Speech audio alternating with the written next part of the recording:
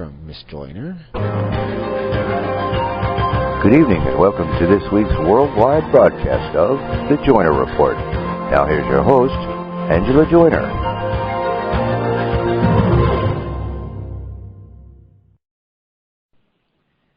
Hi, it's nice to have you all with me tonight. Welcome to The Joyner Report at WPRN-FM New Orleans and at UFO Paranormal Radio Network.com. Be sure to join us in the Pal Talk virtual chat room if you get a chance. We've got 30 or so people in there. It seems like our Pal Talk numbers are falling off a little bit lately, but maybe everybody's just got something to do on Friday night now. Tonight, my guest is Debbie Jordan Cauble. She was a central figure in Bud Hopkins' New York Times bestseller, Intruders, The Incredible Visitations at Copley Woods. At that time, she used the pseudonym Kathy Davis to protect her young family. Then in 1992, she revealed her true identity with her sister, Kathy Mitchell. Then they co-authored a book called Abducted, The Story of the Intruders Continues. Deb's experiences eventually propelled her into the Mutual UFO Network as a field investigator.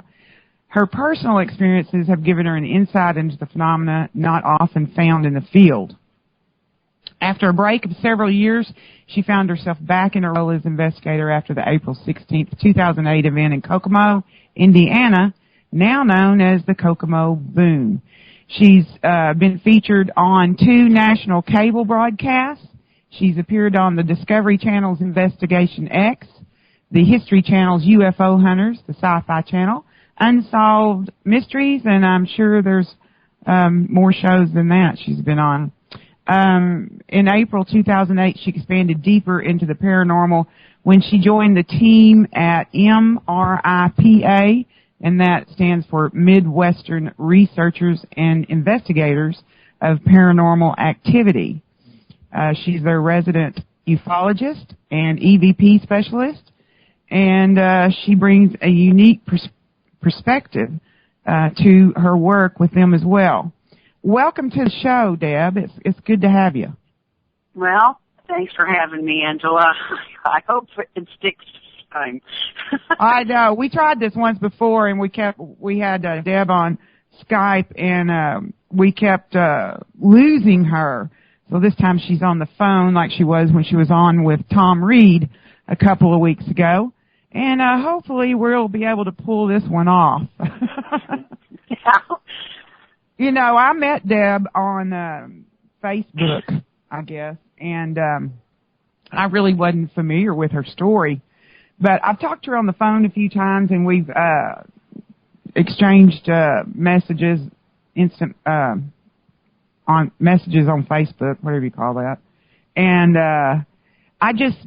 every time I talk to her or write with her, I just can tell she's a very down-to-earth person. She is somebody that I could go to her home and sit around her kitchen table and yak for hours with her. She's just very outgoing and very personable and very friendly.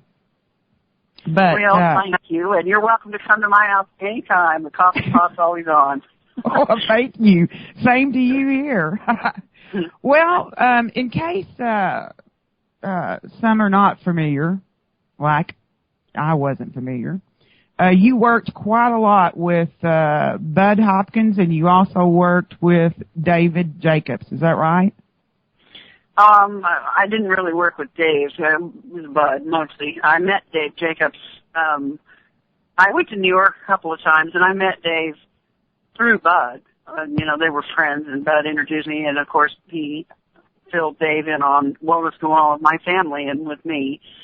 But and one time, I can't remember. I was in that area for something, and whenever I used to go out and talk in public or anything back then, it was usually with Bud, and I did it for Bud because he asked me to, and I felt obligated to because he'd spent so much time and money researching my family and I and helping us, you know. I mean, I wanted to help him as he had helped me.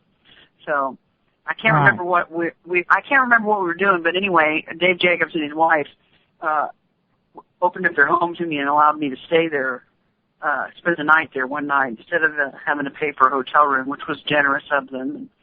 And I smoked at the time, so you know, they made me a little spot out on the porch to smoke with, and were real nice about it. So, I mean, they were friendly and personal, but I didn't work with them really. I was okay. Well, when you all these many years ago, when you sent Bud Hopkins a letter, you didn't really expect to get a reply, did you?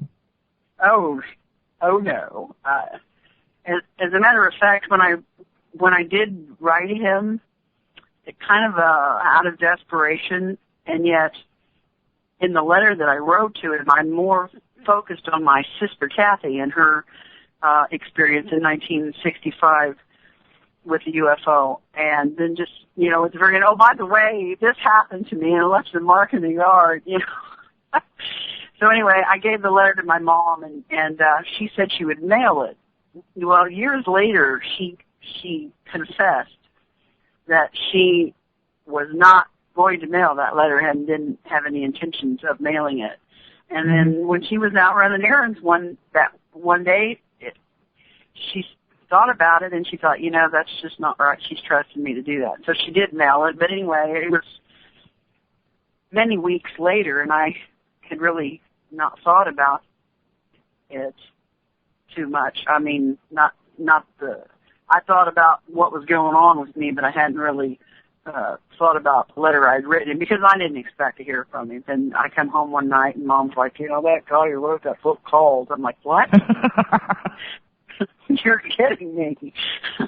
So, well, let's go ahead and explain to the listeners what happened to you in June of 1983 that compelled you to write Bud Hopkins. Well, I was living with my parents at the time. I had gotten divorced and had two little kids. I mean, little, like, you know, 3 and 4. And had moved back home with my parents, and I was at the house that night getting ready to go help a neighbor. So she used to pay me money to cut the patterns out. She made costumes. So I was getting ready to go do that, and I noticed as I was standing at the kitchen sink looking out the window that the light to the pump house was on, and the pump house was sitting next to the swimming pool. The pump house was for the filtration pump for the pool, the big underground pool. And I thought, that's weird, because I was out there earlier, you know, I used to help with the pool, vacuum it, put the chlorine in and stuff. And I knew that I had shut it because I had struggled with this rusty slide lock. And it kind of creeped me out a little bit. I continued on.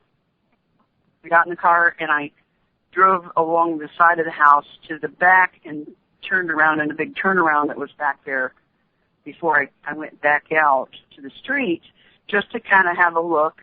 And I saw that the light was off, but the door to the pedestrian door to the garage that was attached to the house was now open, and I knew that was closed because I had closed that. And yet I still went to Deanna's, which was just one street behind the house. And I felt guilty about it, leaving. So when I got over there, I called Mom, and I said, you know, hey, this is what I saw. You want me to come home? She's like, no, don't worry about it. I'll just lock the doors. Daddy was working second shift at the time.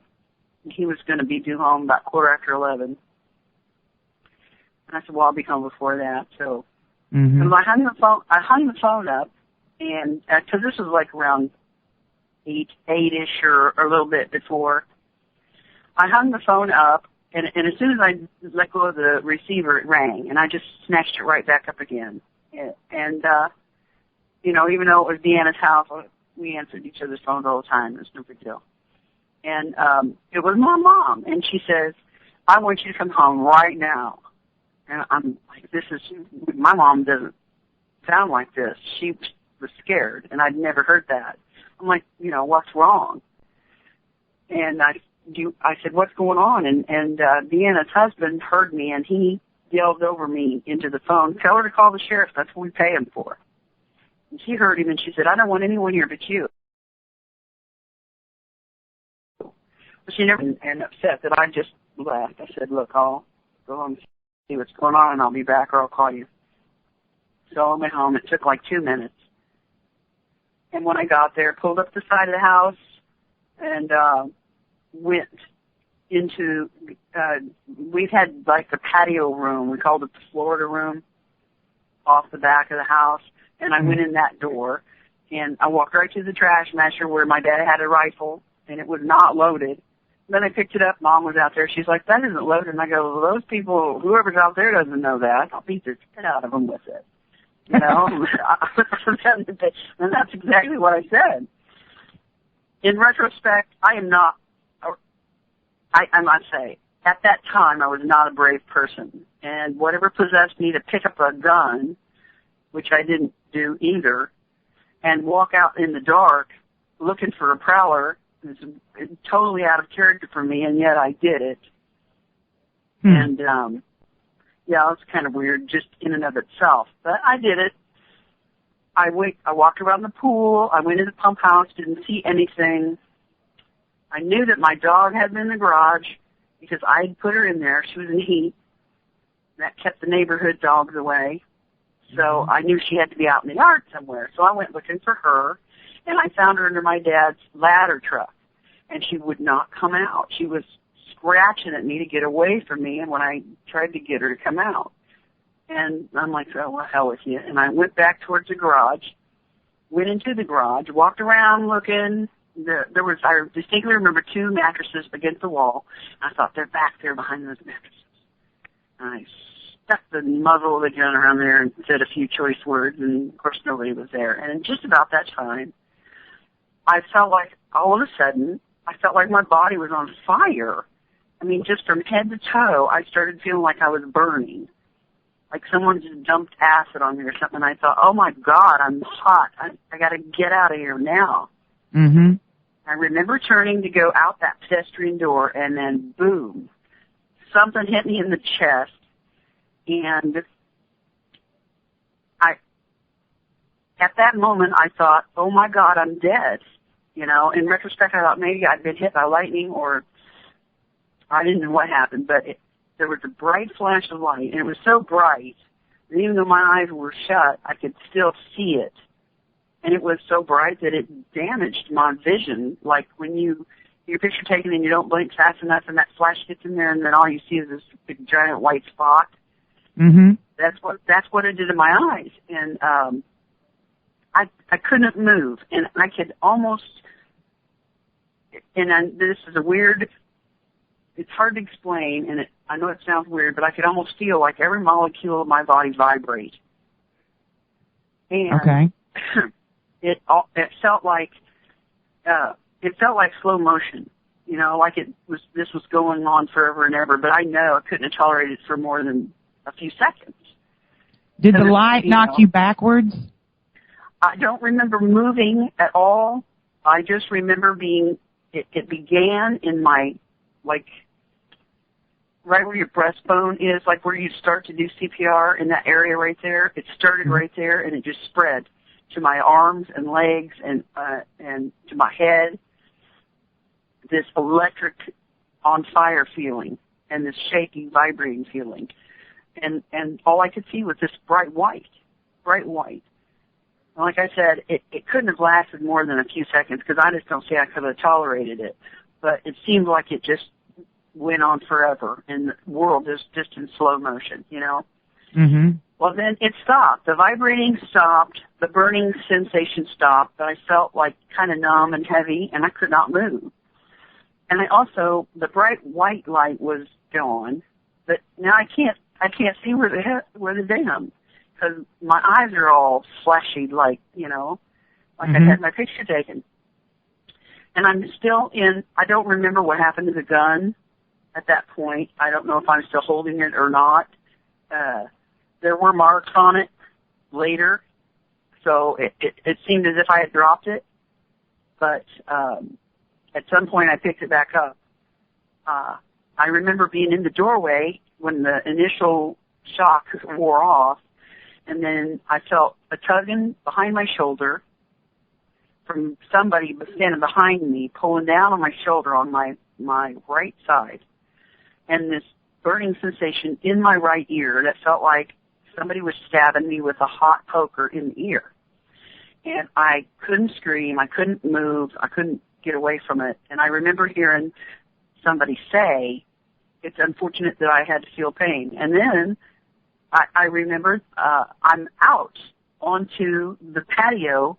There was like a cement patio out that back door, about 20 feet in front of me, out into the yard, is this white ball of light about the size of a basketball. And it's a soft white light. It's not blinding.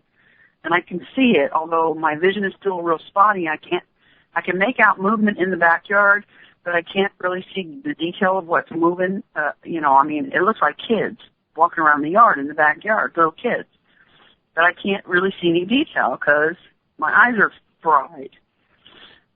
And this white ball of light in about 20 feet in front of me, it moves. It's about as high as I am tall. I'm 5'3". It seems like it's about eye height to me. And then it goes down real slow to the ground and then back up again. And I got the distinct feeling that it was eyeballing me. You know what I mean? Did you feel it had some sort of intelligence to it? I don't know why. I felt like it was looking at me. It was attached to something intelligent. Well, I don't know that it was intelligent, but something intelligent was moving it up and down. I just felt as if it were looking at me for some reason. And then it moved towards my left. And when I look to my left, and I still can't really move, but I can move my eyes, I see this thing. It's not what I would think a UFO would look like by any means, and it's not very big. It's not much bigger than the pump house or the swimming pool, but it's shaped like an egg. And I can't tell that it's actually really completely on the ground or not. It kind of seems like it's wobbly or wavy or something. But it might be down all the way on the ground, but at this point it doesn't really look like it's all the way down because of the way it's kind of bobbling. But it's one of those kind of things, this terror sweeps over me. Like, I don't want to look at it because looking at it invokes this terror inside of me that I can hardly, deal with. And yet, not looking at it does the same thing because I want to know where this thing is in relationship to me at all times. And if it moves any closer to me, I'm going to die. And I'm thinking, don't come any closer to me, please, or I'll die. Because I'm that terrified. I mean, I've never had anything in my life that made me feel this kind of terror. I can't even, there's no words to even describe it. It's off the charts. And I see these things moving out around in the yard, and they all seem to line up all at once, as if somebody blew a whistle that I couldn't hear. And they all lined up, and they moved down at an angle in front of me into this thing. Now, for 30 years now almost, we've always called it a UFO or a craft. But, in retrospect, there's no way that 6, even kids, could get in that thing and move around without being elbows to buttholes or doing anything. So, I can't say now that it was some kind of craft. I don't know. Well, what did it look like? It was shaped like an egg, and it was darkish, gunmetal-y color. Maybe it was dark outside. My eyes were crummy. All I can tell you is it was darker than the background of the light in the yard. But it had lights around it. I could see a couple of these basketball-sized lights about midway up it. It only seemed to be maybe 8 or 10 feet tall. Like I said, it wasn't much bigger than the pump house of the swimming pool. And that, if you've ever seen I don't know if they're average, but they're not that big. Mm-hmm. Maybe like a mini barn, if that can give you some kind of a little bit smaller than a typical mini barn or storage shed that you buy pre-made. Not much bigger than that, only round, eggish shaped, bigger at the bottom and kind of pointier at the top. Not pointy, but rounded off. And all of the creatures went inside it? They all went inside that. And how are you going to fly something like that around? I don't quite understand how that worked or what that was. All I can tell you is what I saw. I mean, nobody certainly didn't explain anything to me. Was it on? Was it sitting on the ground? It was as close as it could be to the ground, and it may have been sitting on it. Like I said, I couldn't see good detail, but it kind of moved, and it kind of gave me the impression that it might not have been completely all the way on the ground, kind of like a bobber on a fishing pole. Yes. You know how the little red and white bobber, how it'll sit there pretty still, and all of a sudden, a little current, a ripple will get it, and it'll kind of bob a little. This thing was sitting pretty still, but it had that weird little kind of movement to it every once in a while. It gave me the idea that maybe it wasn't quite all the way on the ground, or at least not all the time. Mm-hmm. Well, I remember thinking, oh, my God, my kids are in the house with my mom, and I start freaking out about my babies. And then I, again, hear a voice coming from somewhere, as if they're standing behind me or something, and they say, your children are, your children are all right, your children are okay. Somehow, that was like a cue. And then I heard my name being called. Well, later I found out, I wasn't sure where it was coming from. Well, it was my mother, who happened to be standing in the doorway of the back door, and she said that she remembered standing there, didn't see anything, and then remembered calling my name. Well, when she called my name, it was like somebody snapped their fingers, and it was as if everything that just happened disappeared. I remember being able to move, but my head didn't feel that great. But being able to move and walking up to the house, walking up the bottom patio and up the steps to the top porch where Mom was, standing in the doorway. And she says, "Is everything okay?" And I said, "It's cool. Everything's cool." Mm-hmm. And as I'm walking up there, it's like with every step I take, whatever just happened is going farther and farther out of my mind. But in its place, I'm feeling an overpowering urge to get wet. Go figure. I don't have a clue. But I just know I no longer want to go sew. I need to get wet. I feel hot. I feel gross. I feel sticky and grody. And we got this great pool, and it's almost July. And so I go back to Deanna's house, and I say, how about we go swimming? And she's like, okay. Nobody has said a word to me about how long I was gone at this point. So Deanna and her daughter come back. In your book that you sent me, I thought they were angry with you because you said you would call and you didn't. They got angry with me after the fact. Oh, okay. They didn't say, when I got over there and I said, how about let's go swimming? They're like, okay, we'll go swimming. I didn't even realize how long I'd been gone. She didn't really mention a whole lot to me about it at that point.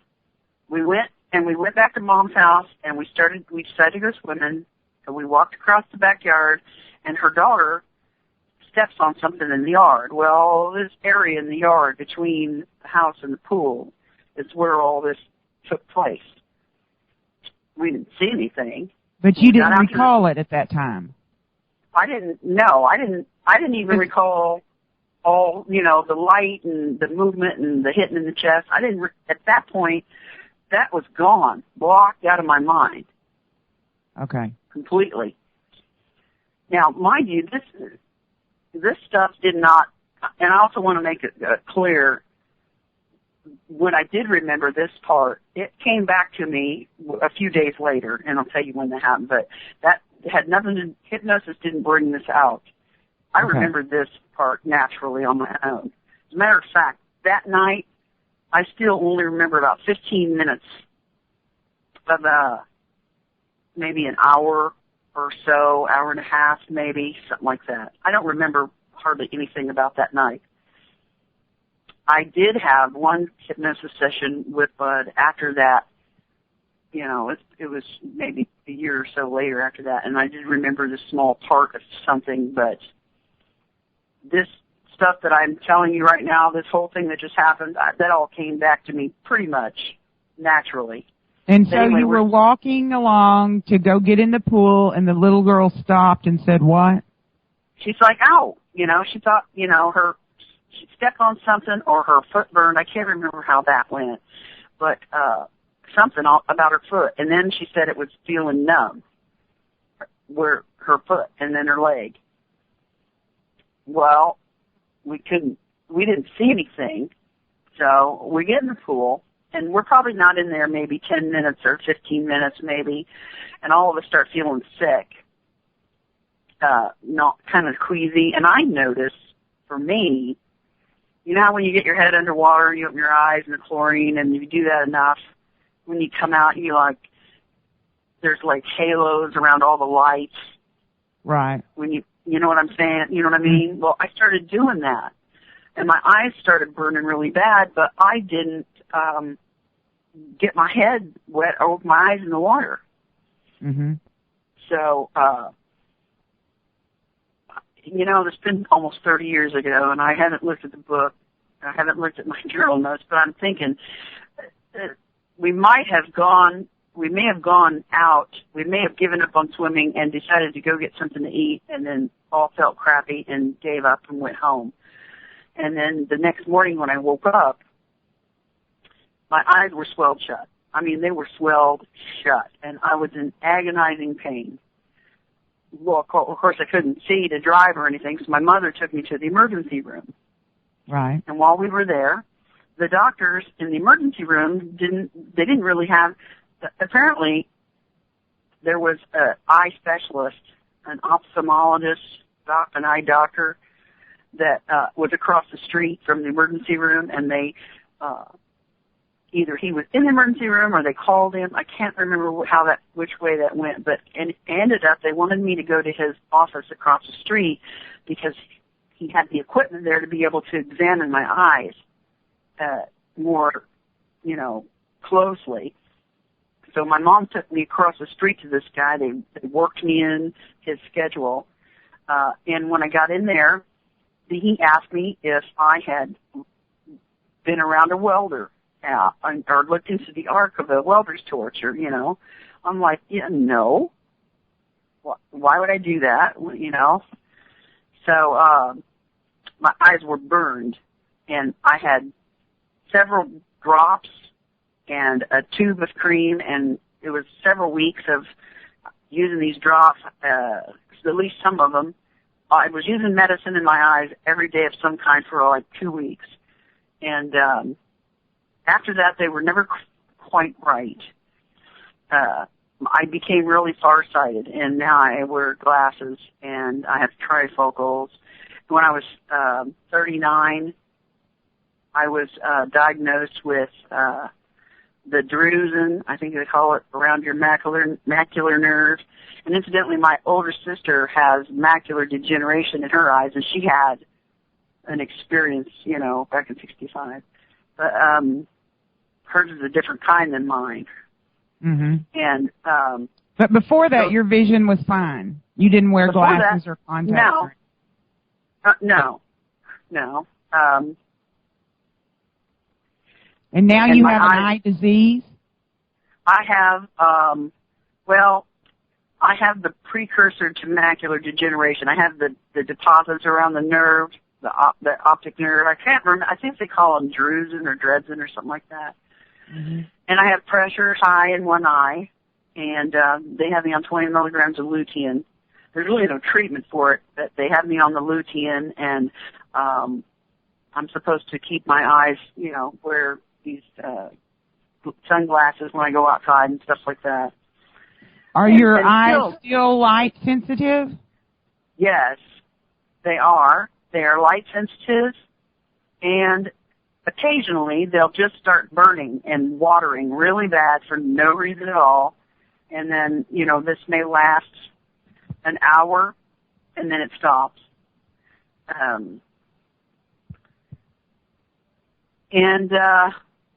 So I had that when I woke up the next morning. That was an immediate issue I had to deal with.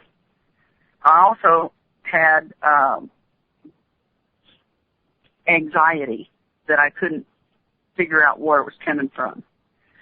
And the dog that had been outside in the backyard that night, when she'd come out of the garage, she'd been out around that stuff somehow or another.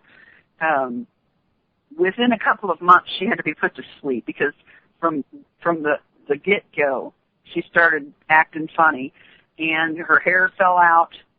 She looked kind of like a mangy dog, except all her hair fell out everywhere, even places that she couldn't chew or rub. And she got these big black spots all over her back that started festering, and her eyes got all white over them like cataract looking, you know. Her teeth started falling out as she ate, and her gums were bleeding, and she was ate up. And finally the vet put her to sleep. And, you know, she was a dog. Would that be like radiation poisoning? I don't know. That's what it looks like, you know. And at the time, we're not really thinking that. I'm thinking, I'm just having in my mind, this was a couple months out, and this is when I've already remembered what I just told you about that night, and I'm thinking in the back of my mind, I'm wondering if this has any connection, but you know, how you gonna know? Right. I mean, I still always, even to this day, I worry that someday, somewhere down some stuff come up that this stuff might have caused. You know what I mean? It's always going to be a worry for me in the back of my mind. You might get cancer. Yeah. But, I think that's a normal worry, but anyway, so you got the treatment for your eyes, and you had this anxiety that you couldn't explain where it was coming from, because at this time you have no memory of what happened the next day. Not really. No, I knew something weird about that night, but couldn't put my finger on it. Well, now, a few days later, this was the 30th of June, nobody in the house, even somebody that looked out the backyard or the back windows for a couple days, which is unusual. And the family came over to go swimming, and we always do a 4th of July thing, you know, always did that, because we had the pool over there at Mom and Dad's. And so they all come in the house, they go through the back, my nephew runs outside, headed toward the pool, and he comes back in, he goes like, Grandma, what is wrong with your backyard? She's like, I don't know what you're talking about. He said, come out here and look at this. So we all went outside, and there was that mark. It was about 8 feet in diameter, circle of dark brown grass. It just laid down, and it was just dark brown, just totally dry. There was like a 49-foot swath path that came off one side of this, and it ended in a perfect arc. And there was nothing in this. The dirt in it was just rock hard, and there were a couple of big cracks on the edge of the circle towards the house. And first thing my mom says is, oh, that's where our UFO landed. And you know, I looked over her and I thought, are you insane? What? I mean, I looked over her and I thought, what is wrong with you? And I looked at that mark in the yard, and boom. It was like an epiphany, or it was like, a smack in the face. And all I could see when I looked at that mark in the yard was that 2 big black eyes looking back at me. And I it took my breath away. I almost passed out. I could feel my pulse racing, and I thought, oh my God, I hope no one else sees this. I mean, I hope nobody sees how I'm reacting. You know what I mean? Did you feel embarrassed? I was mortified and shocked, and I just felt all kinds of emotions. I felt anxiety, fear, that terror came back again, and everything. And I'm like, no. And in my mind, I'm thinking this, right? And then I realized I probably look crazier than Mom right now, you know, because at least she's laughing. Well, and she said it very nonchalantly. That's where the UFO landed. Oh, well, that's where and I'm like, where did that come from? And this brought it all back to you. And snap, from that moment on, it was like somebody pulled their finger out of a floodgate because it just kept coming. And that, I'm telling you, I really believe that first year I had a nervous breakdown or something. I mean, I sat up all night long and just, sometimes I would just sit in my kids' room and watch them sleep because I felt like I was waiting for something. And I don't know what. The bathroom, upstairs bathroom window overlooks that mark in the yard in that area. I couldn't go to the bathroom in there at night and get near that window for months. My goodness. I felt like I was going insane. No. I actually ended up spending I wasn't working at the time. I was making those costumes with my neighbor, and that's how I was making money to help support us or my mom and dad, you know. I didn't have a job, and I didn't for months. I mean, thank God for my parents. They're both gone now, and I hope I adequately thank them over the years because I don't know what would have happened without them. Basically, my mom took over with my kids, and like I said, I just came a part of the scenes. I'd be in my nightgown for, a week at a time. I couldn't function. And I didn't know what was wrong with me. I started going to the emergency room because I started having what I thought were heart attacks, and they were panic attacks. And I developed these irregular heartbeats, and it was so bad. And I had one of those Holter monitors for 24 hours, and they put me on Inderal to try to slow my heartbeat down and regulate it. I started developing rashes all over my body and just weird spots. For no reason, I'd start having spells of, diarrhea that would last for days. I had started developing allergic reactions to stuff that I never used to be allergic to before. And my hair got thin, but it didn't fall out like the dogs, but it thinned out and straightened out because it used to be curlier. And that's when the grays started coming in. And my fingernails and toenails all started getting, how sometimes you get the up and down lines on? Well, I was getting the cross lines, like rumple strips at the bases of my fingernails. They looked unhealthy. I looked unhealthy. I was sick all the time. I had no immune system. Every time a bug came through, I got pneumonia twice that year. I mean, I just came a part of the scenes. And I was beginning to remember what, pieces of what I told you. And I knew something had happened. And then I started remembering stuff that I had forgotten about. Like back in the 70s, when I first got married, I had a dream that these two little big-headed, big-eyed, black-eyed guys came in my room when I was first married to my husband, came in our bedroom. I tried to wake him up, and he would not wake up. They came towards the bed, and I remember thinking, please don't come any closer, because if you do, I will freak out. Please don't. Another terror thing. And that's when I remembered him handing me this box, this black box with a red light on it. I'm like, what is this? He just kind of set it down on my lap, and he said, you'll know what it's for when you see it again. You'll remember it. Well, hell, I still don't know what it was for. So, and I told my husband about the dream the next day. He's like, dude, what did you eat for dinner? Well, and I got the same freaked out thing in the 70s there, where that happened in the house, that happened that. They were in town, and the houses were so close together you could practically open your window and stick your hand out and touch the other guy's window. Well, the house next to us was abandoned, and the big old kitchen window from my house faced the big old kitchen window of this abandoned house.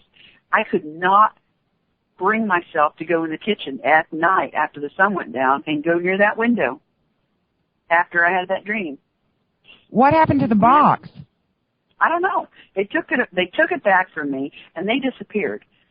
They slid back away from me, like not even walking, just kind of slid back, got all shiny, and turned into light, and then poof, just like a flash bulb, and they were gone. Did it seem like the box had a lid to it, like it was something you could open?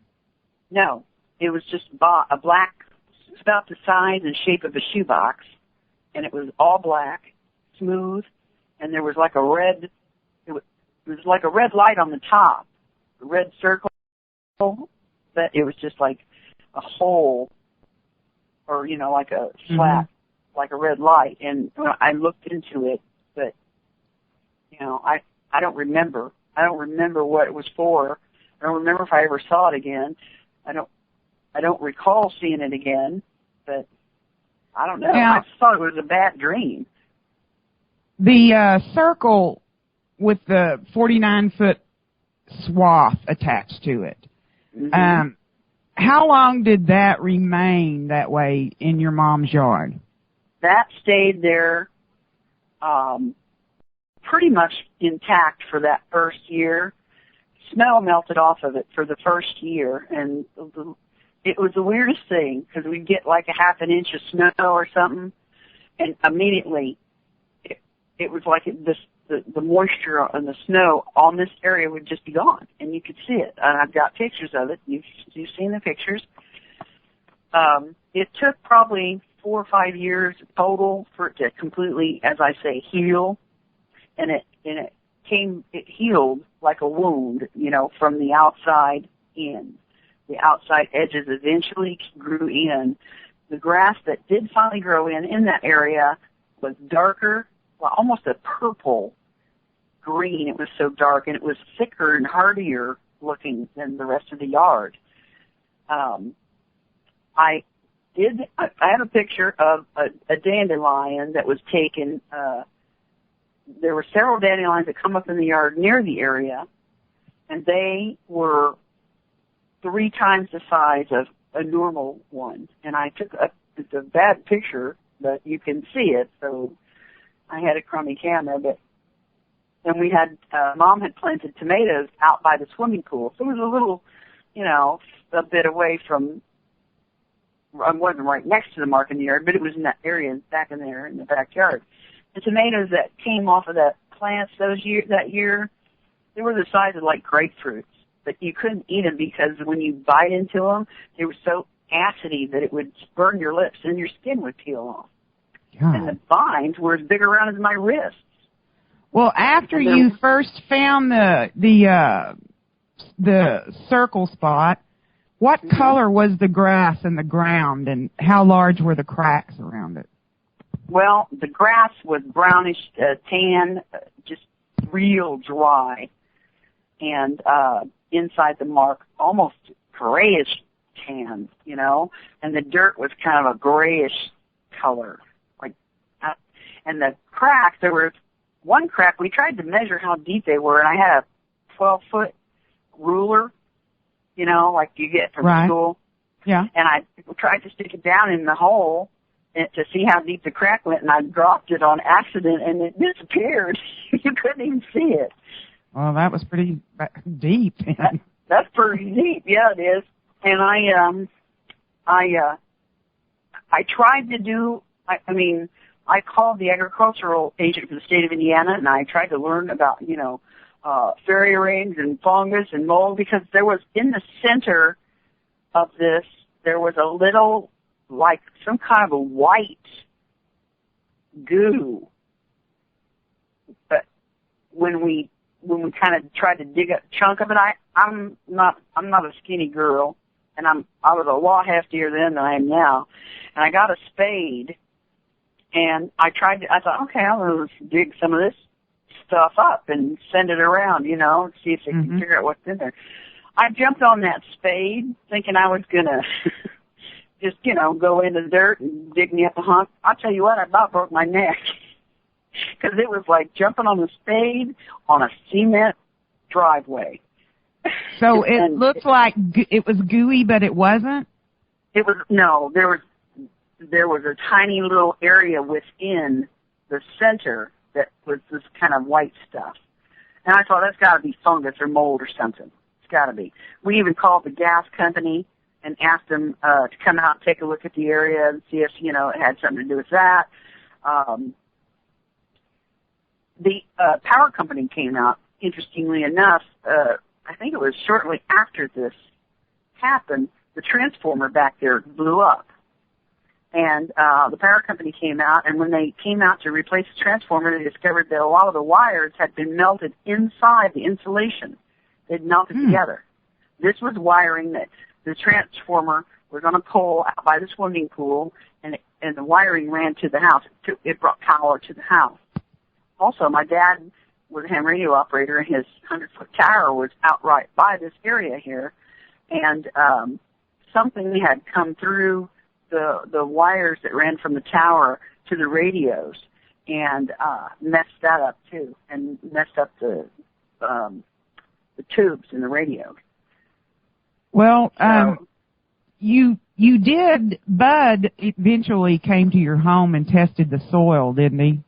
Yeah. Once I went to the library and got that book that he wrote, Missing Time. In the back of it was a place she could write him, and then I sent a letter. Well, Mom sent the letter. He called me. And you just picked up that book by happenstance? Well, I used to go to the library a lot because it was free, and I could take my kids there, and they like to, we rent the videotapes. Back then it was VHS tapes, and story time and all that. And I would pick up books about all kinds of subjects. And we've talked about UFOs before in my family because my sister has that encounter that she always talked about. When I picked up Missing Time, though, I actually thought it was about, I've been getting crime dramas and, you know, stuff like about Dillinger and things like that. And I kind of thought it was about people being kidnapped, but not by aliens. Till I got to flipping through it and I realized what it was. I'm like, oh, okay, well, this might be interesting. Then I started trying to read it, and I got panic attacks. I couldn't even read more than a chapter or two at a time, and my mom finally was like, you need to take that book back to the library. But so I took it back, but then when I started to remember all this stuff started coming back about what had happened, I went back, got the book, got the address, wrote the letter. I can't remember. I think I went to New York first, which is a giant leap of faith for me, because you know, even my mom said, you don't know. She said, yeah, you don't know this person. You're just going to go, you know, all the way to New York City. I'd never been anywhere in my life. I was 23 years old. I remember reading that. I remember reading that you sold your washer and dryer so you'd have money to go. I did. I had an apartment-sized washer and dryer, and when I moved back with my parents, I had it in storage. And so, to get the money to get the bus ticket to go to New York and meet him, to try to figure this all out, I sold my washer and dryer to get this ticket. And well, he had me going to meet this doctor lady in New York City, this psychiatrist named Dr. Clamar, who would help me. Well, all I knew is I need help because I'm jacked up. And maybe this guy can help me because this is crazy. Mm-hmm. And apparently he's heard it before. So, I went and I was terrified. So you have to know me back then. I'm not so much like that now, but back then I was so afraid of getting lost. I don't know. And I think it stems from an incident that happened when I was a kid, like maybe 6 or 7, and I actually was lost for like a day. And again, it was surrounding weird circumstances and weird people, you know. So maybe it came from that. I don't know, so it really wasn't normal for you to take off on your own like that. But you were so desperate. Hell no. I was so sick. I was desperate, and I thought maybe this guy could help. And yeah, it was way out of. I'd never been anywhere except Kentucky or Rough River State Park. I mean, in Florida with my parents when we were kids. I was just a girl from the sticks, you know. Mm-hmm. New York City was a big, scary place, and that's how desperate I was. And I remember getting on the bus and riding there, and on the trip there, I was thinking to myself, what in the hell is wrong with you? Why, what am I doing this for? This guy could be a flaming fruitcake nut job axe murderer. And here I am riding the bus right to his porch, But by then it was too late. I was already on the bus and halfway there. But, and you know what? When I left New York, I think I was in worse shape than when I got there, because now I had 100,000 million more questions. But, because after you talked to him, you realized that you weren't the only one, that other people had similar experiences. He showed me a drawing that a gal, because I had drawn an image of what I remembered these things look like, right? Mm-hmm. He showed me a drawing of a woman, I think she was in North or South Carolina, and I think her name was McBride. Anyway, he showed me a drawing that this woman had made, and I swear to God, when I first saw that drawing, I thought, how did you get my picture? I thought it was mine. It looked so much like the picture that I'd drawn, and I looked around and went, wait a minute, that's not mine. And, I hadn't been exposed to stuff like that, and this was back in 1983, Mm-hmm. It ain't like it is now where you can go to Kmart or Walmart and buy a lunchbox with an alien head on it, or wear a T-shirt with an alien on it and be cool. You didn't see that around there, and you didn't see it like that, Right. And I thought, what? And when I realized that it wasn't my drawing and that someone else had drawn this and had said they had seen this, I literally, physically puked. You I puked? had to go and puke. I mean, it twisted my gut so hard to see this. And it's like this woman had to get in my head to see this. Because I never told anybody about this. And this woman lived in North Carolina or South Carolina. I never met her in my life. How could she get in my same thing that I saw? And this ain't supposed to exist. And now is this woman seeing what I'm seeing, and everybody telling us this isn't real, this doesn't exist? How is this possible? And I mean, Bud was thinking, okay, if I get some confirmation, it will make me feel better. Like, look, I'm not crazy. Other people are seeing it, but no. You know what it did? It made it more real than I was trying to make it not real, and I'm trying to say it's a dream, and that's how I live with it. This was trying to make it real, and I didn't want it. You didn't want it to be real. I didn't want it to be real because I got to live here, and I got kids to raise, and I got to be sane, and I can't be going crazy because I got to do. I got raised kids, and I didn't want to deal with it. Right. But I needed help because I was not even able to function. I was in what they call the emergency room of this whole phenomenon. I was completely fried. Thank God. Your parents must have been so worried about you. They were, and I know they were, especially, and my kids too. And thank God for my parents, and they were really supportive. I mean, Mom, the week after that mark in the yard, she turned around to me one day in the kitchen. She goes, "You know what? I just remembered why I called you that night." And I go, "What?"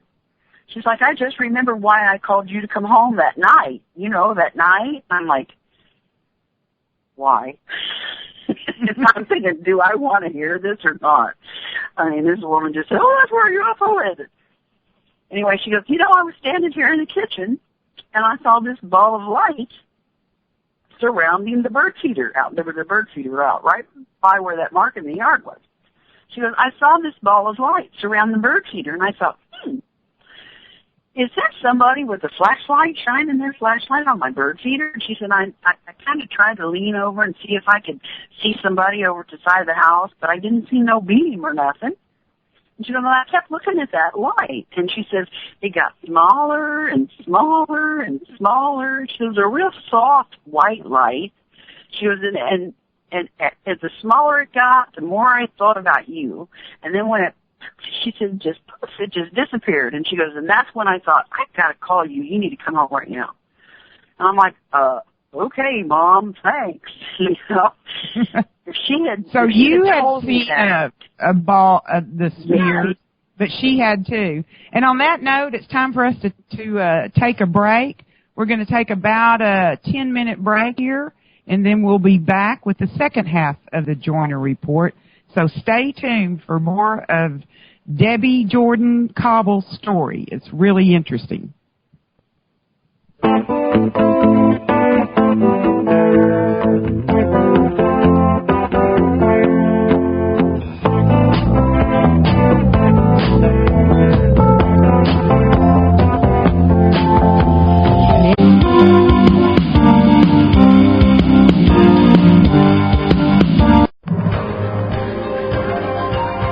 Good evening and welcome to this week's worldwide broadcast of The Joyner Report. Now here's your host, Angela Joyner.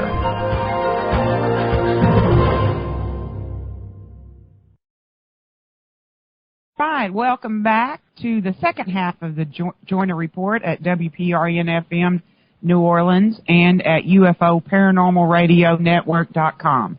Tonight's guest is Debbie Jordan Cobble.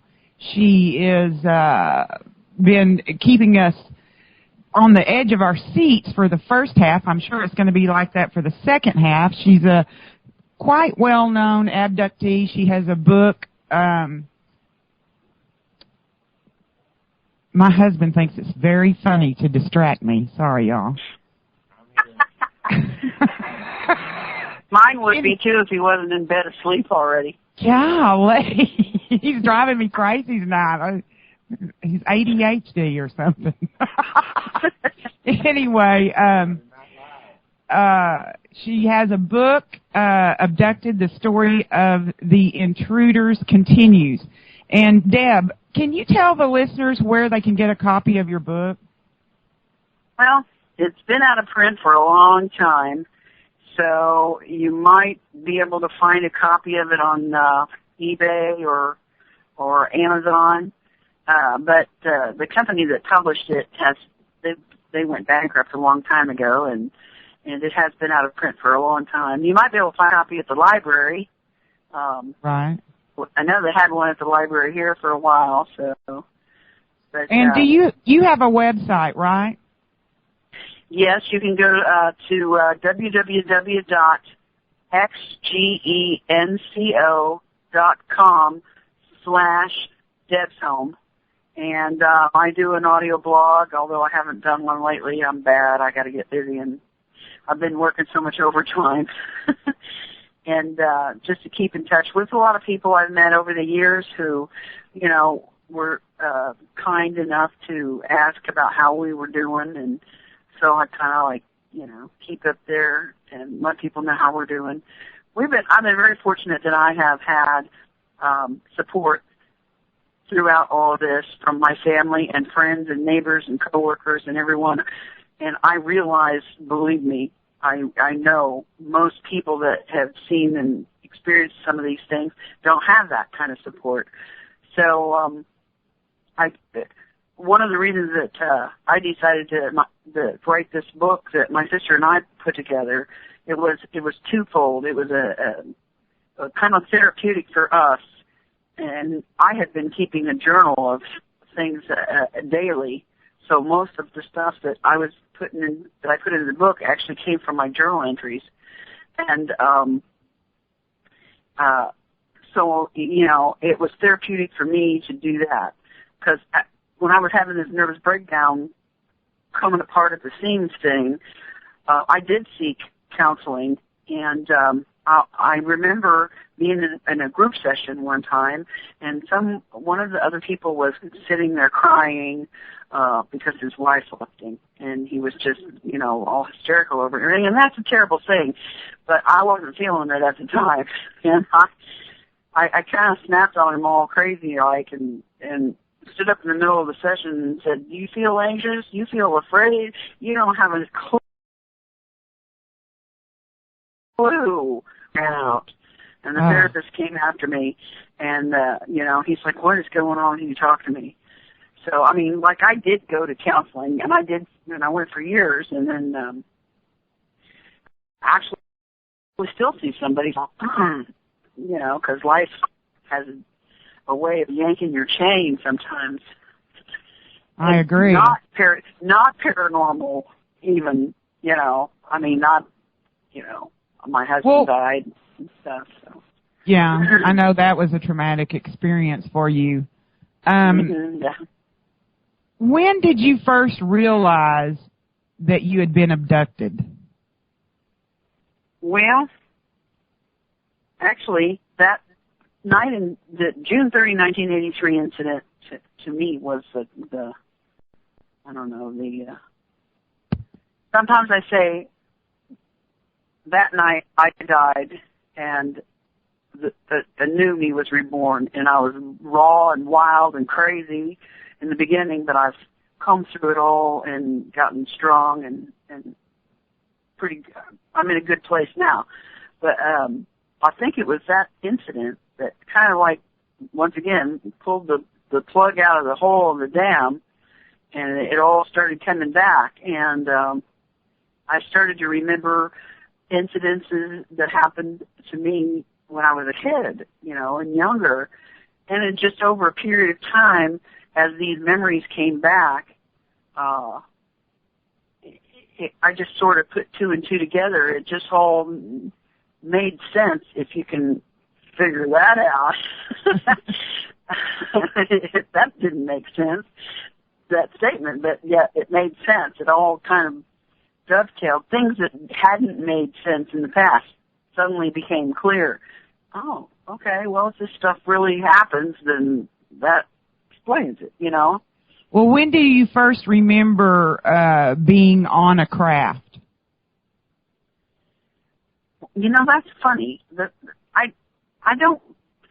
I remember being in something different, in a different place, but I don't think I actually have any conscious memory of going on a craft, like walking up to the door and walking in.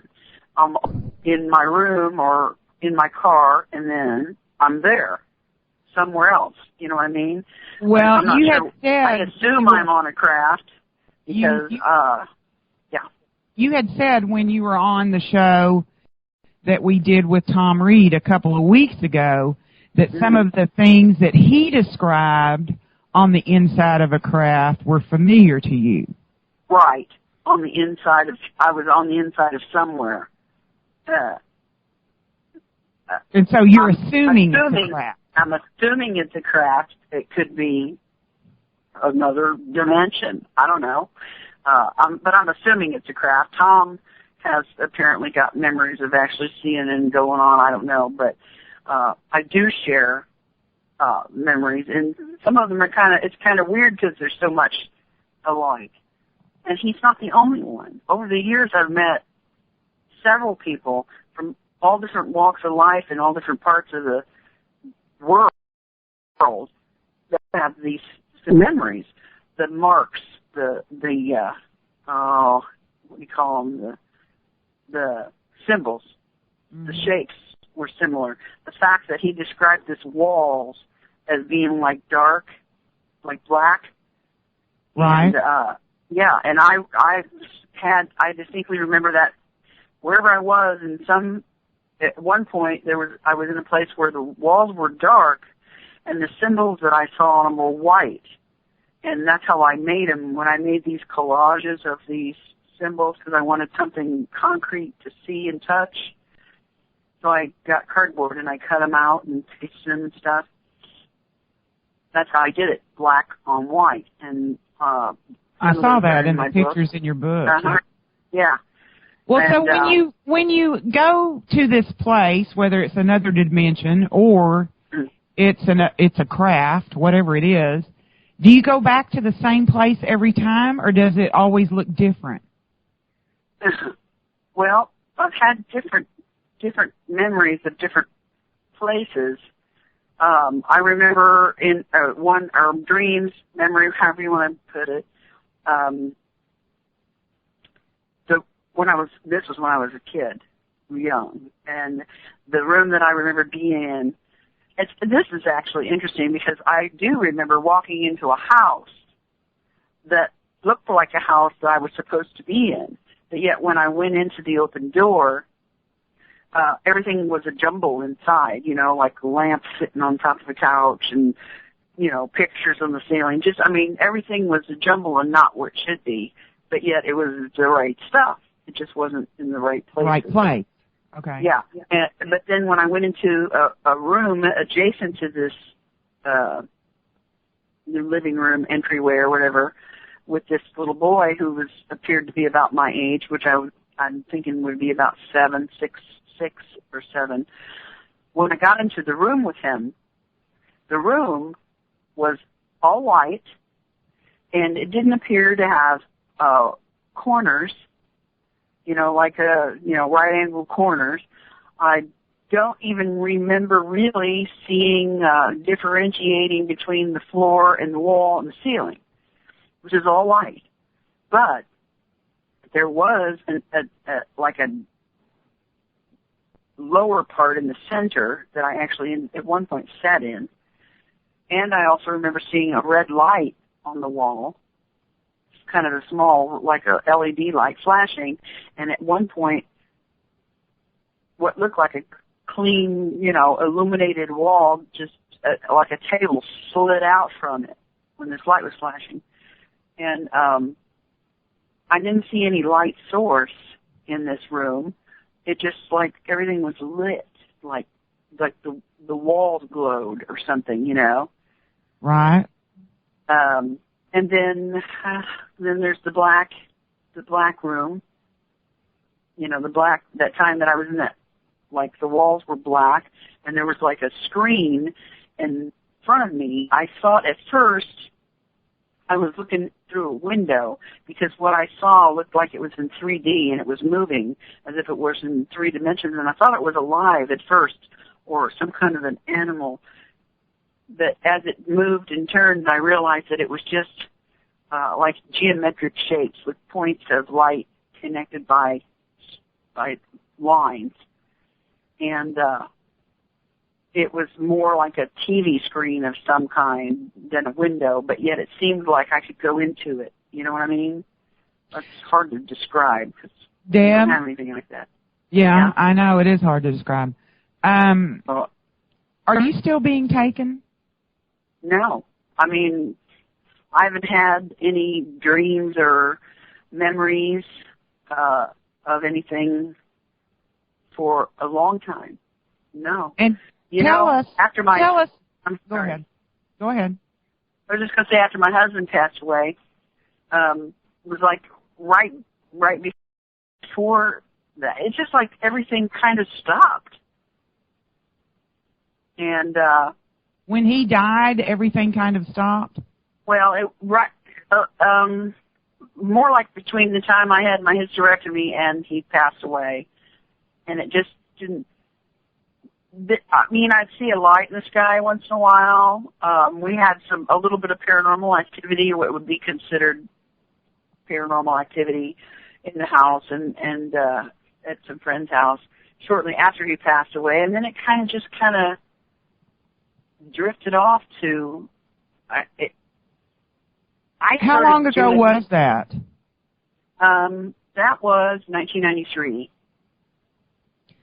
Well, everyone's familiar. I mean, a lot of people in this chat room are familiar with your story, and they know that you had a hybrid child. And so, do you think the hysterectomy is the reason that they quit taking you? I don't know.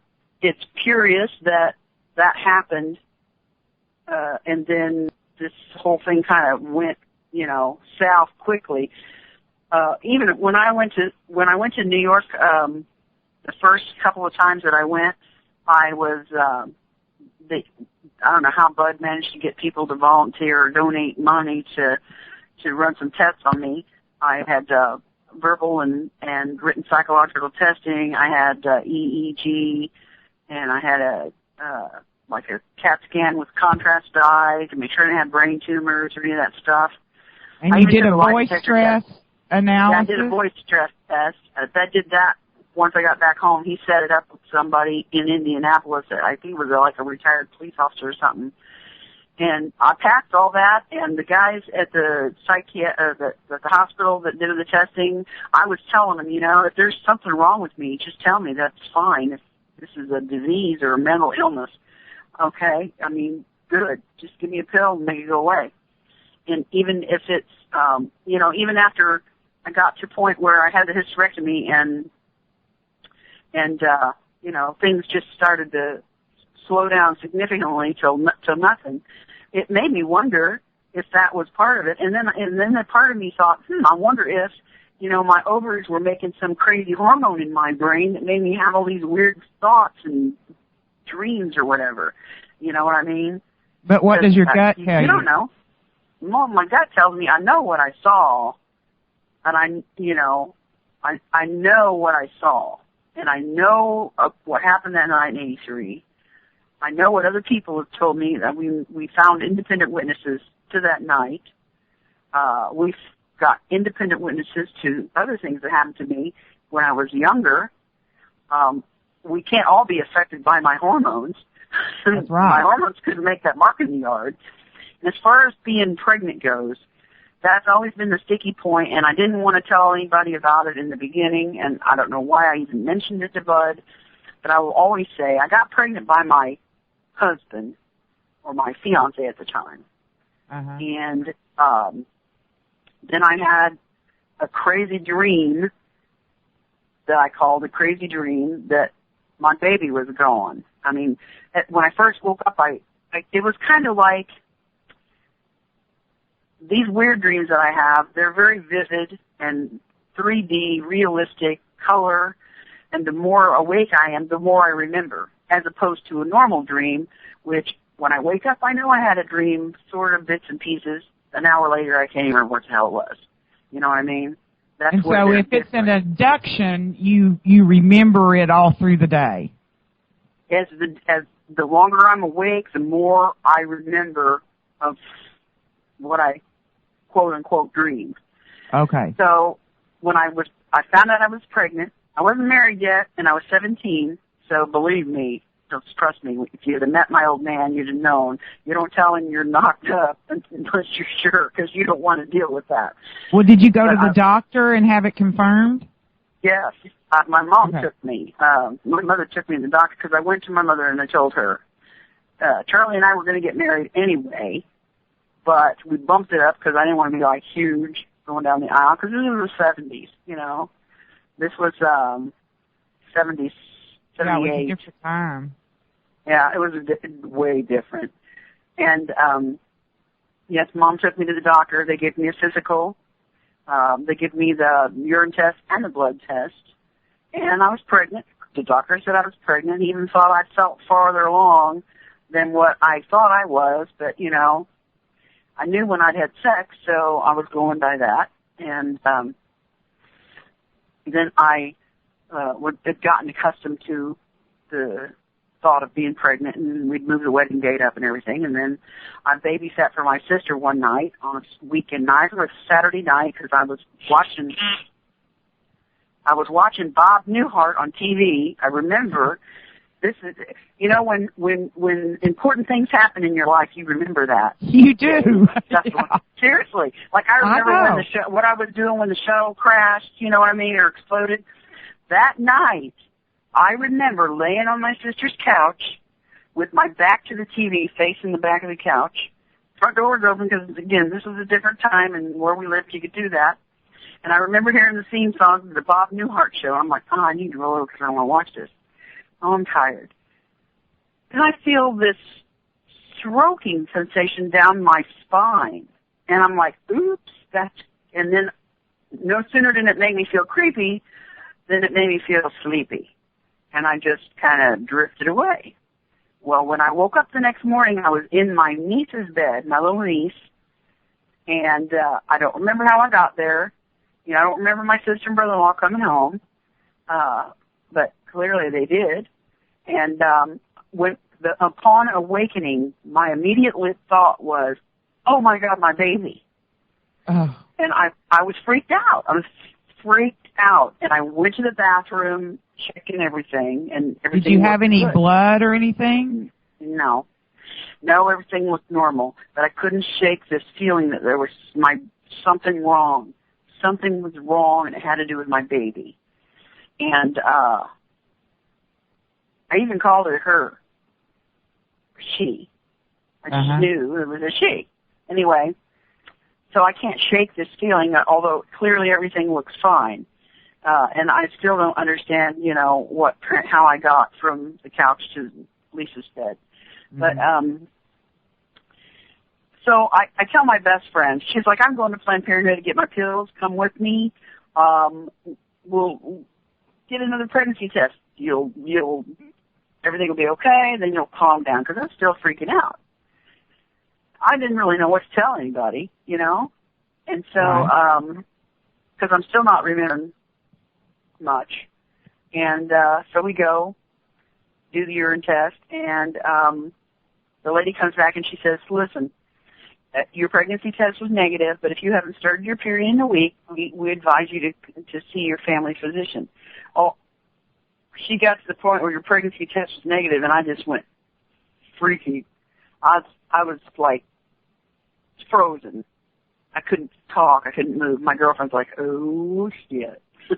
She grabs my arm, takes me, puts me in the car. I am crying and pounding on the dashboard, and I'm screaming, where's my baby, She's like, dude, she goes, you need to calm down. I cannot take you home like this, So I went back home, told my mom, look, I think I'm spotting and I need to go to the doctor. Something's wrong. And I'm, clearly upset. So my mom calls and makes a doctor appointment. We go to the doctor.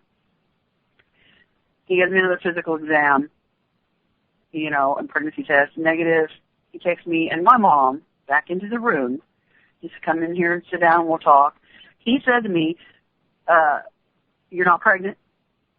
Sometimes these things happen. We see this. And my mom's like, what? And my mom's like, does she need a D&C? Because, that's what you do. And he's like, no, I don't see it. I don't see a need for that at this time. And he looked at me. The last thing he said to me, and I'm kind of upset. He says, look, you're young. You'll have other children. I think the best thing would be for you to just forget this ever happened. And I looked at him and I said, I will never forget this as long as I live. It was never talked about again. We never talked of it again in my family. And I started having dreams of her. And then the whole thing in the backyard happened in '83. Right. And like I said, pulled the plug out of the dam and everything started flowing again. And she started because the pregnancy was before the '83 event. Yes. This was in I want to say 77, 78. It would be in 78.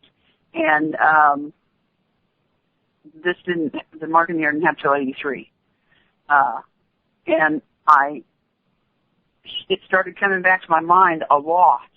And the more that I remembered of the other stuff, the more I thought of her. And then one time Bud had come out, and we'd gone somewhere to meet someone that had written him that also lived near where I lived.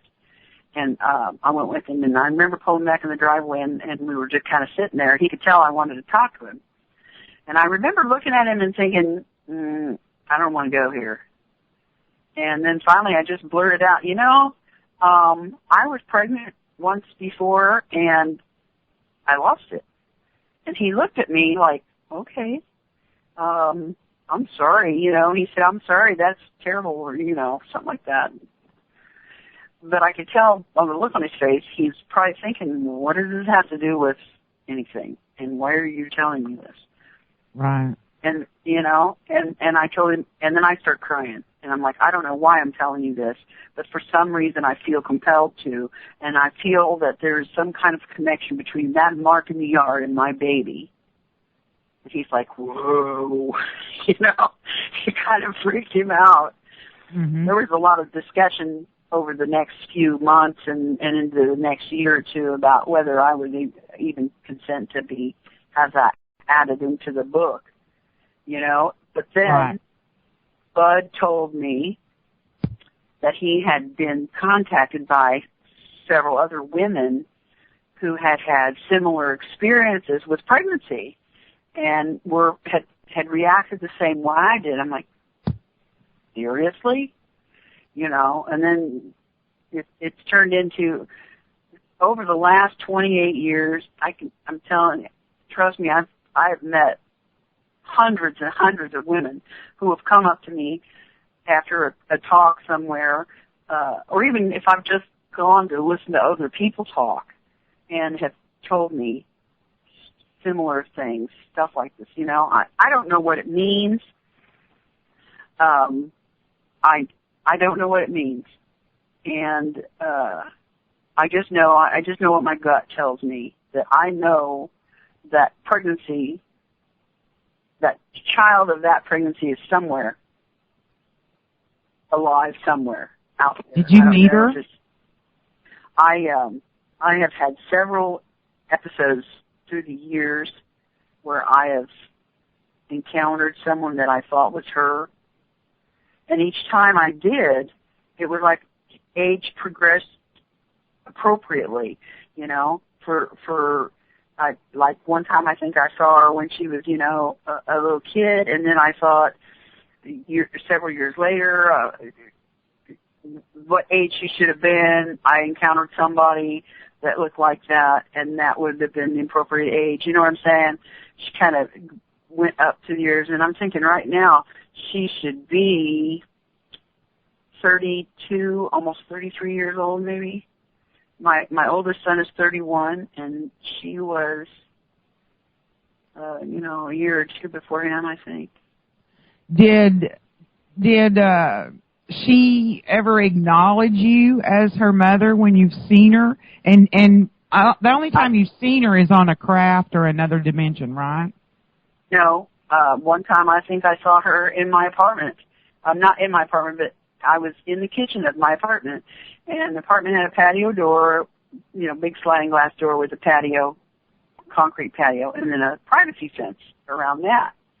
And the slats were big and wide. You could see when kids would run down the back between the buildings, you could see them, you know, running through there.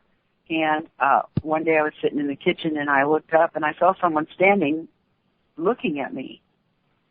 And first I noticed the shoes were strange and the feet were small. I'm like, it's got to be a kid.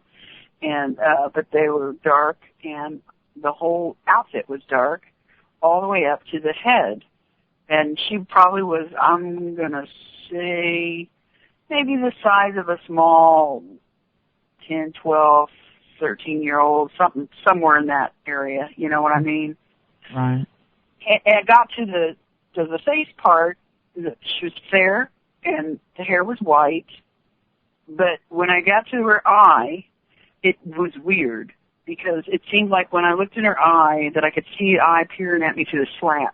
The eye seemed way bigger than I should have been able to see through the slat. For some reason, it was some kind of quick, surreal moment. You know what I mean? It was weird, and I startled, and I instantly thought, oh, that's her. And I went to get up and go and find, you know, to see. And when I could get to see her, get out there, it disappeared, was gone. So, no, this was not in a craft or anything, in any weird place. This was in my backyard. And yes, I remember, I think I remember being, the first time I saw this child who was maybe, I don't know, the size of a toddler. Did she have a name? She wouldn't look at me. In the book, I can't remember what Emily, I think is what he called her in the book, but I don't know why he felt compelled to give her a pseudonym, but he did. It was Elizabeth. Elizabeth, okay. But, and she was a toddler. But yeah, and she wouldn't look at me. I mean, and these things were behind her and kind of holding her up, you know, to bring her in, and she wouldn't look at me. It was like she was afraid to look at me. And I'm thinking, why are you being afraid of me? Look at them. I'd be afraid of looking at them. I don't know. It was just a weird dream. Did she look human? For the most part, she had big eyes? Larger than normal eyes, but and white hair, fair and frail, but for the most part, yeah. So, as a matter of fact, I've seen kids. I have actually, you know, been shopping in the mall or whatever, and seen kids that kind of look like her. I mean, not like, but you know what I'm saying. Thin, frail, fair complected, real pale. You know. Right. Big, large, blue eyes. Yeah, but, you know, doesn't look like those big-headed gray things. No. Well, now, when you said it was like they were bringing her to show her to you, like, we want you to see her? Is that how it was? Yeah. Well, what did the beings look like that were bringing her? Were they holding her, bringing her to you? What did they look like? They were holding her hand. She was walking. And they looked like the same couple of guys that came to my room when I first married my ex-husband and handed me that black box. The skinny, short, big-headed, no hair, big, giant, black, liquidy eyes. The eyes were always the same. They were like liquid that were alive all on their own almost, you know, you could almost like fall into them. Like when they looked at you, they were looking inside of you and not just at you, you know what I mean? Right. So why do you think she was afraid to look at you? I don't know, other than something about the way I looked. I mean, I was kind of startled. I was kind of taken aback, and my feelings were almost kind of hurt because I didn't know why she wouldn't look at me. She acted like somebody that was, you know, how a little kid, when you know, go take him to the circus and the big scary clown runs up to him with a horn and throws confetti on him, and, you know, they get a little freaked out, and they kind of hide behind you and kind of peer out at him. That's what she did to me, which, you know. I can see how that would be hurtful. Yeah, it was, because I felt that she was mine, and I wanted to take her with me, and I was told by these guys that I couldn't do that. So. You were told how? Oh, I don't know how. It was in my head. They told me that I couldn't take her with me. But you I wanted wouldn't be able to. I wanted to. I wanted to grab her and hug her and hold her and take her, and, you know, yeah, that wasn't going to happen. Well, I know it all sounds. Look, trust me, I know how crazy this sounds. Well, but you know, and I've told people before that I've always referred to this part of what I remember as dreams because I remember them the way I do those vivid dreams, but and I can't explain it. I don't understand it, but it is what it is. Take it or leave it.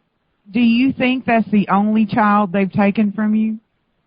I've had other vivid dreams about a boy that was very frail but not blonde. He was darker skin and darker hair and dark eyes, but human looking, just looked sickly and frail. But when I held this one, I held this one as an infant, and the boy, when he looked, Yes, and when I looked into his eyes, now you remember now, this was a dream that I had or whatever. When I looked into his eyes, it was as if he was wiser and older than I would ever be able to attain in multiple lives. I mean, when he looked at me, and he looked at me with those eyes, this infant, and it was like he was telling me, this is good, and, even his intelligence was beyond what I would ever be capable of. And just the act of holding him was giving him something, and he was aware of it and understood it where I didn't even. You know what I'm saying? Okay, now wait a second, Deb. Yeah. You strongly preface that statement. Now remember, this was a dream, but you've already told me that you can tell the difference between dreams and abductions because when it's just a normal dream, you can't remember it an hour later, and when it's an abduction, you remember it all throughout the day and on. Well, it comes back to me like a dream comes back to me, except it comes back to me in reverse. I mean, when I wake up, I can't remember I know something's happened, or I know I had a dream about something, and then it comes back as the day goes on. It gets more vivid and stronger, and I remember more and more. Whereas the normal dream, you see what I'm saying? I call those one kind of dream, and then the normal dream. And I'm guessing, I'm thinking that possibly the reason I remember these dreams this way and normal dreams the other way, where like an hour later I can't remember what I dreamed, is because there's more to it than just it being a dream. But I have to keep my foot on the ground. I have to always be mindful that it could be a dream. It could be a different kind of dream. I don't know. It feels real, and I think it's real, but this is how the memories come back to me. Not in a hypnosis session laying down with somebody talking to me. This is how I remember it. You know what I mean? This is how the memory comes back to me, but I call the memory a dream. Does that make sense at all? Kind of. Okay. That's the best I can do. I'm trying. Well, because that's always confused me, like I was telling you on the other show with Tom, is people that say they've been abducted, they refer to it as a dream. And then I'm always like, well, why wasn't it just a dream then? How do you know? I don't understand that. But, cause it feels different. But yet, we refer to them as dreams because I think that's how I stay grounded and not let this stuff suck me away, Because that keeps it not real for you.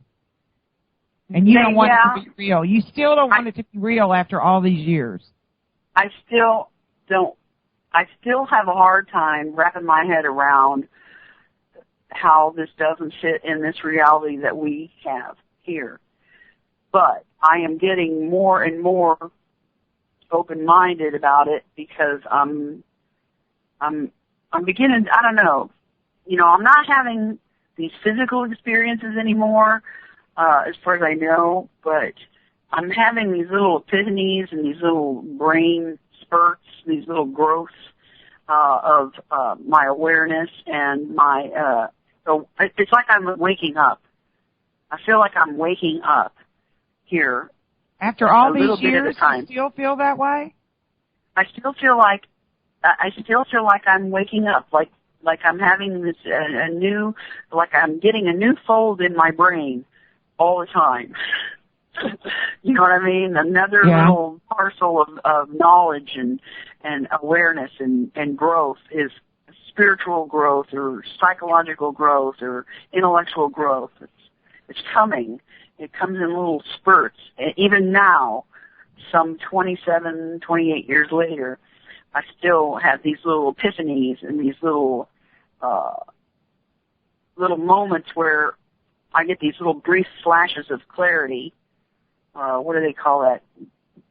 Nirvana or Kundalini, where for just a moment it all makes sense and I understand it, but then I try to grasp at it, it gets just outside of my reach. So my brain is stretching.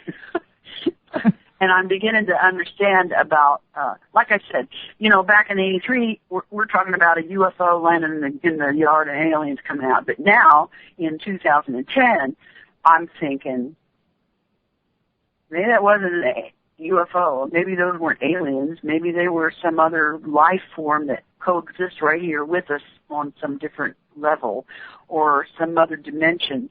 And maybe that craft was more like something that facilitated passage between this dimension and that one. Maybe it's a time machine. Maybe those guys are from our future. I mean, see, this is where my mind is expanding, and I'm beginning to open up to more possibilities. And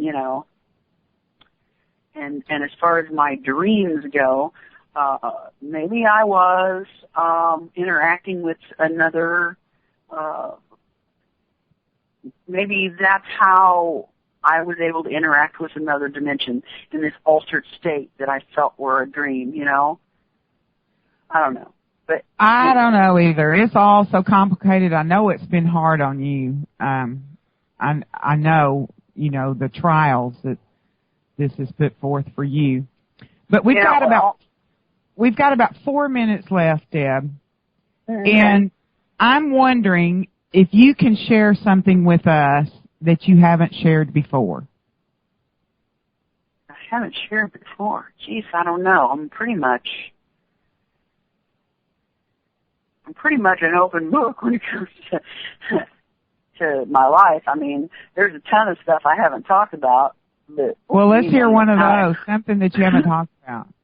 Well, I mean, about my experiences? Yeah. Or what I do now, or whatever you want to talk about. We got 4 minutes. Go. Oh my God. Okay, well, thanks for the pressure. So many things pop in my head all at once. God, I don't know.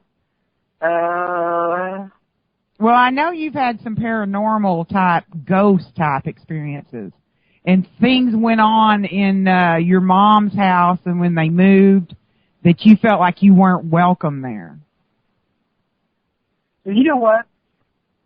The people that have moved into my mom and dad's house now, my parents have passed away, I had the opportunity to speak to them not too long ago, or speak to them through someone who is a mutual friend, and they have absolutely nothing that happens in that house. Sure, it's calm, quiet, lovely, they love it. Nothing weird happens there. I'm like, so there's your sign, The phenomenon follows the people. It's not that place. It was us. It was my family. It was me. Oh. Why was your family chosen? I don't know. I think it began generations before I came along. My mother reports anomalous experiences as a teenager. My father had some strange paranormal experiences when he was a kid. I think that I just got born to the right people at the right time or the wrong people at the right time, depending on your perspective on the whole thing. Well, now, in your book, your sister Kathy, she said that they wanted to rearrange your face, but she said she was kidding when you went public. Oh, my God, she's mad as hell at me. She's going to beat my... She's like, what are you telling them about my stuff for? You keep your own business and tell them your own. I'm like, but it happened, and it was weird. She's like, what? She goes, oh, my God, she was mad as hell at me. She's over that now, I think. And she's your older sister, right? Right. And something's been going on with your family for a long time, and it's not just UFO stuff.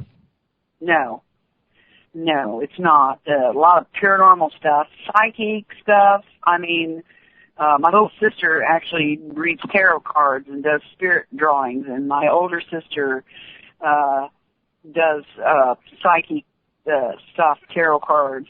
I can't even figure them out. Forget it. I don't even try. but I could do other things. You know, when I was a kid, I used to be able to bend brass handles by rubbing on them. Yeah, that sounds weird. I know. But, well, you know, I thought everybody could do that. I didn't know other people couldn't do it until I went to school and started talking about it, and they all looked at me like, okay. Does that lead you to believe that the UFO, spirit world, ghost, or whatever are sort of all linked together? Oh, yes, absolutely. And that's why I got involved with paranormal investigations, too. I'm looking for that common denominator. So far, the only thing I've come up with is the actual experiencer themselves. It seems that people who are open or prone to paranormal experiences are also more prone to or open to UFO experiences. Don't know why yet. I'm still figuring that out. It is, you know, you're not the only one that feels that way. Nancy Talbot also feels that way, that it's all a mixture somehow. But with that, I am being told that we were out of time. And Deb, I just want to say how much that I appreciate you coming on my show. I'm glad we didn't. We finally got it all done. Yeah, we did. We didn't get a dropped call or anything, so we did really good. Heck and, yeah. You know, I always love that deal you have on your Skype thing about normal is just a setting on your dryer. I think that's hilarious. I got another one that says, all of you people out there who believe in psychokinesis, raise my hand. Okay, and with that, we're out of here until next Friday night. You've been listening to the Joyner Report on WPRN FM New Orleans. Thank you very much. Good night.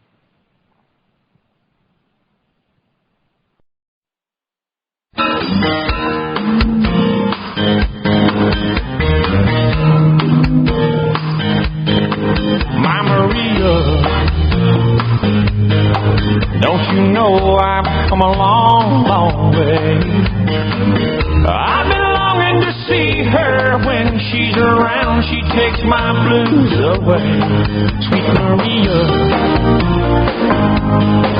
the sunlight surely hurts my eyes. I'm a lonely dreamer on a highway in the sky.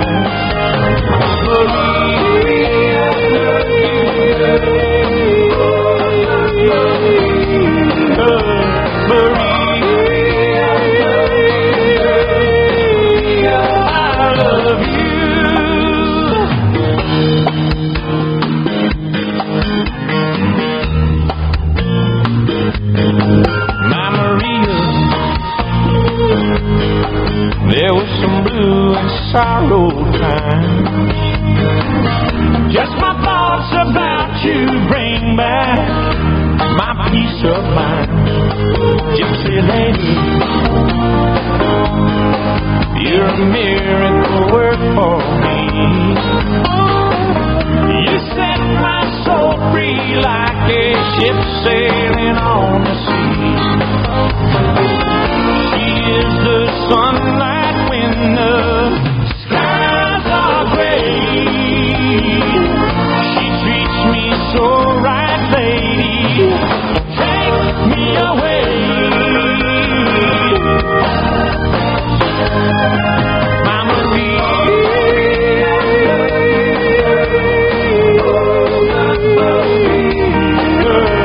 Maria.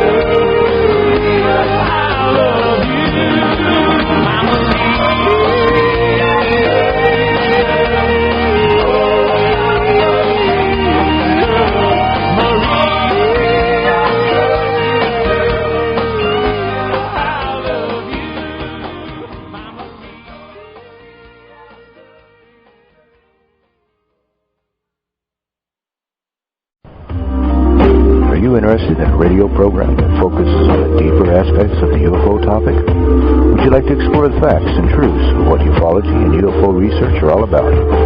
Then, join us here every Saturday evening at 7 p.m. Eastern on the UFO Paranormal Radio Network for Eye to the Sky, the UFO Synopsis, with your host, E. Andrew.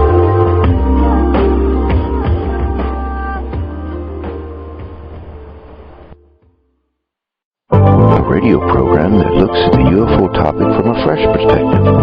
Sound interesting? Then join us here on the UFO Paranormal Radio Network every Friday evening at 11 p.m. Eastern, 10 p.m. Central for The Joyner Report, hosted by journalist and researcher Angela Joyner.